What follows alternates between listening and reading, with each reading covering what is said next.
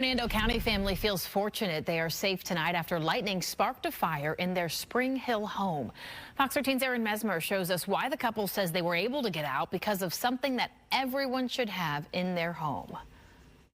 Late last night, the family living in this home heard a deafening lightning bolt, but they never for a moment thought that their house had been struck. At around midnight, a few hours after that lightning strike, while Carl and Lynn Roa lie in bed, their smoke detectors went off. Flames were spreading through the house.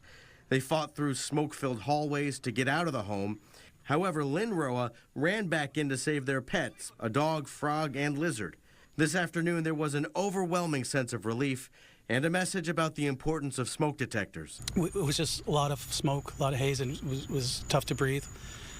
We got out of the house as soon as we could, and then when we came out, that's when we saw the flames coming out of the roof. Please check your smoke detectors. That's my message to you. They're really critically important. Don't let those batteries die because you don't think you're going to need it, and when the time comes, it could save your life. Hours after the flames were out, the reality was setting in. The fire destroyed much of the house. It was hard to tell what, if anything, could be salvaged. And the couple living here was still struggling with some breathing issues several hours after the fire had already been put out, but they realized it could have been so much worse.